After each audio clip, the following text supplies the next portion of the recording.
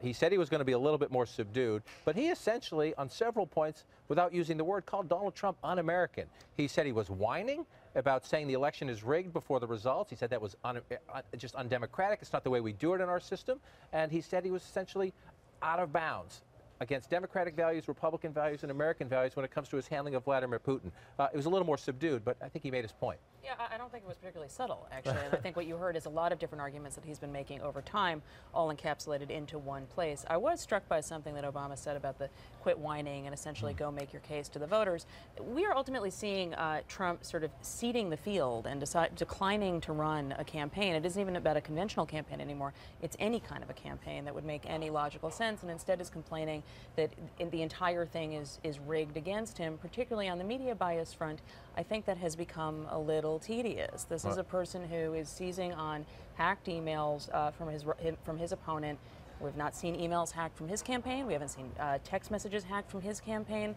You're going to see a lot of the same kind of conversations because Trump knows better than anybody the way this all works, and he used it masterfully for a year and is now complaining. This is about laying the ground for an eventual loss, finding scapegoats, the media, the so-called rigged election, Paul Ryan, anybody but himself, trying to find any rationale, any excuse for why he's having trouble in this campaign other than looking inward at his own behavior and his own comments.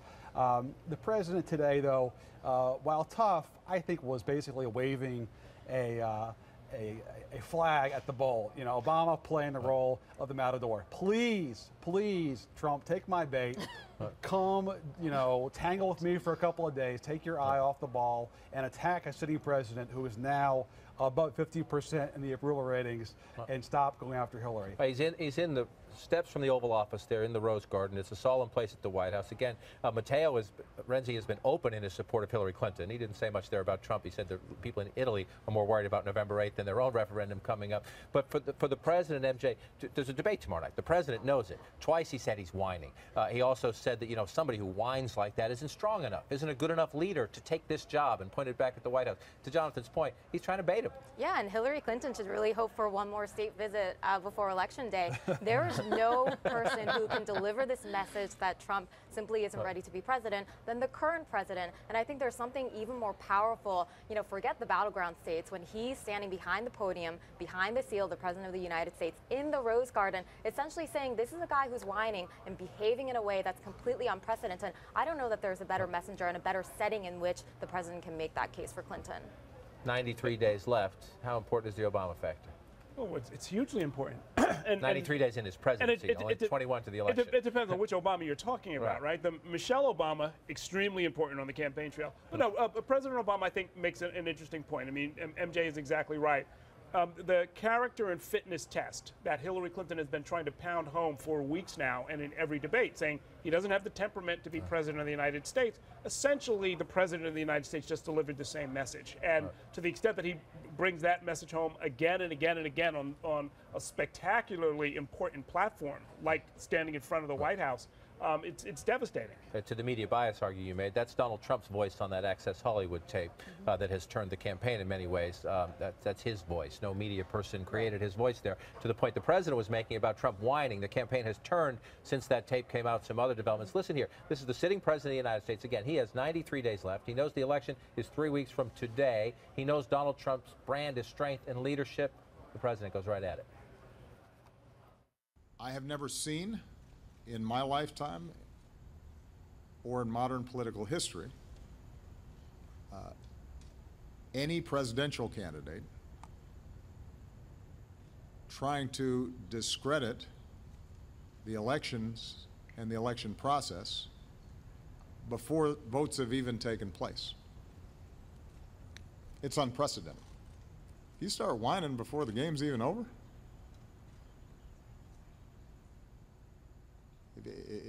If whenever things are going badly for you and you lose, you start blaming somebody else, then you don't have what it takes to be in this job. again, not subtle, to your point. But as we were talking about this while the president was speaking, he's mocking Trump and trying to bait Trump. But he's also going directly at the Republican Party because he's saying there's no evidence of this fraud. And some of you are supporting Donald Trump as he says our elections are rigged. You know, it's happening now, Donald Trump says. Frankly, that's just BS. It doesn't exist. There's no such proof. There's no facts to show that.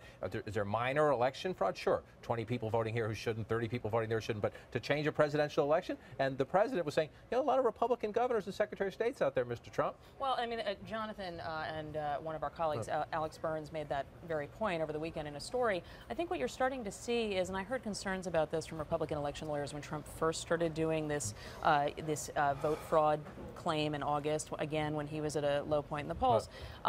There's a concern among Republicans that if Republicans win tight races as Senate contests, let's say the Ohio race, if that one is close, and Rob Portman barely wins, is it helpful to have the standard bearer out there saying, but there's fraud, this isn't all valid, none of this is valid? No. That's very, very concerning to people. So you had Marco Rubio, for instance, in his own debate last night say, there's no evidence this is rigged and we should stop talking about it.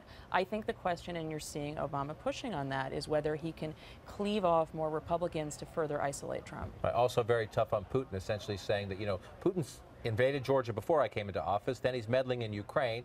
He's doing things in Syria that aren't helpful. Democrats and Republicans say this is inconsistent with American values. Again, he didn't use the term, but essentially saying Trump is un-American. And how different is his rhetoric towards Putin now versus that hot mic moment a few years ago when he was talking about transmitting a very different message to the Russian president? It's striking. Obama, John, is not just hoping to beat Donald Trump.